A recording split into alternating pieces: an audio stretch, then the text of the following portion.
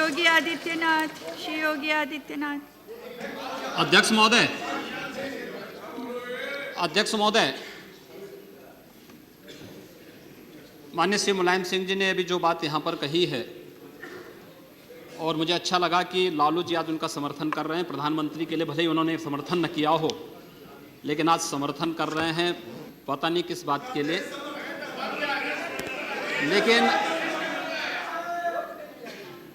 मैं आपके माध्यम से पूरे सदन का ध्यान आकर्षित करना चाहता हूं उन मुद्दों की ओर जो आज भी सदन की मर्यादा के विरुद्ध यहाँ पर बातें हो रही हैं और किस प्रकार से गुमराह किया जा रहा पूरे देश को। अयोध्या में 3 प्रकार की परिक्रमाएं होती हैं, पंचकोसी, 14 कोसी और 84 कोसी। और महोदय, उसी परंपरा के अनुसार 84 कोसी परिक्रमा देश के संतों ने प्रयागराज महाकुंभ के अवसर पर 10,000 संतों ने वहां पर तय किया था और उसी के अनुसार परिक्रमा का यात्रा का कार्यक्रम तय हुआ था।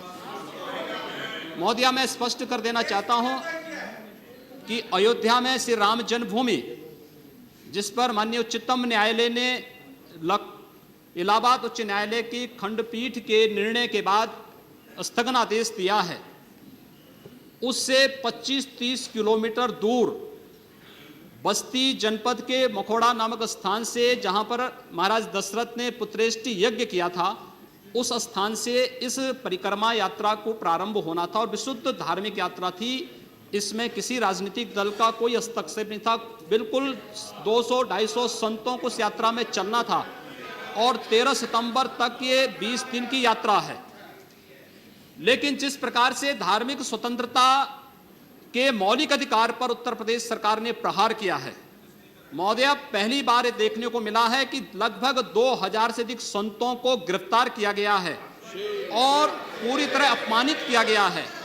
यहां तक कि अयोध्या जी में सरयू जी का स्नान करने वाले जो संत ऐसे हैं जो केवल सरयू जी का स्नान करते हैं, उसी का जल का ग्रहण करते हैं, उन्हें वहां सरयू जी का पूजन नहीं करने दिया गया, स्नान नहीं करने दिया गया, जबरन उठा करके बंद कर दिया गया, उन पर लाठियां चलाई गई हैं, पूरी तरीके से अपमानित करके। सबसे पहले तो सरकार ने हमारे संवैधानिक और मौलिक अधिकारों का हनन किया है। दूसरा, जहां तक स्थगन आदेश की बात है, मैं याद दिलाना चाहूंगा, इस देश के अंदर सेकुलरिज्म के नाम पर राजनीति करने वाले उन सभी दलों को 1994 में कांग्रेस नेतृत्व की ही सरकार ने सुप्रीम कोर्ट में एक शपथ पत्र दिया था और ये कहा था कि अगर तय हो जाएगा कि अयोध्या में विवादित जो ढांचा था वह ढांचा किसी हिंदू मंदिर या स्मारक को तोड़ करके बनाया गया है तो हिंदू भावनाओं के अनुरूप कार्य होगा। आखिर यह साबित हो चुका है। अयोध्या में 30 सितंबर 2010 को इलाहाबाद उच्च न्यायालय की लखनऊ खंडपीठ की पूर्ण पीठ ने जो फैसला दिया है, उसमें तीनों जजेस ने एक स्वर से कहा है कि विवादित भूमि ही राम जन्मभूमि है और जब विवादित भूमि राम जन्मभूमि है तो फिर उसके लिए कानून बनाने की मांग इस देश का संत समाज कर रहा है, कोई पाप नहीं कर रहा है। हम अपने हक को मांग रहे हैं और हम यही मांग कर रहे हैं कि अयोध्या में राम जन्मभूमि पर भव्य मंदिर का निर्माण होना चाहिए, कानून इस सरकार को लाना चाहिए, क्योंकि सुप्रीम कोर्ट में शपथ पत्र कांग्रेस नेतृत्व की सरकार ने उस समय दाखिल किया था और उसी क्रम में हम मांग कर रहे हैं। और संतों को उनके हकों से वंचित किया जा रहा है, उनके धार्मिक यात्रा को प्रतिबंधित किया जा रहा है, उन्हें अपमानित किया जा रहा है। और किस समाजवाद की बात मुलायम सिंह जी कर रहे हैं, किस संविधान की बात कर रहे हैं? ये समाजवाद है। स्वयं राष्ट्रीय अध्यक्ष हैं, इनके 2 भाई महासचिव हैं, इनका पुत्र प्रदेश अध्यक्ष है।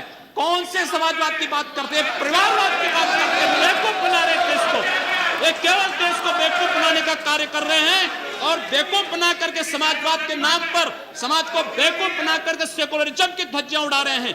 30 दंगे उत्तर प्रदेश के अंदर हो चुके हैं महोदय, 1 वर्ष में 30 बड़े-बड़े दंगे।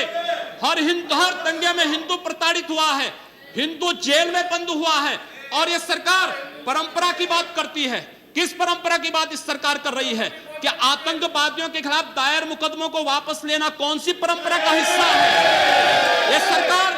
ये सरकार उत्तर प्रदेश के अंदर जिस प्रकार से सरकारी जमीनों को कब्रिस्तान के नाम पर आवंटित कर रहा है, कौन सी परंपरा का हिस्सा है?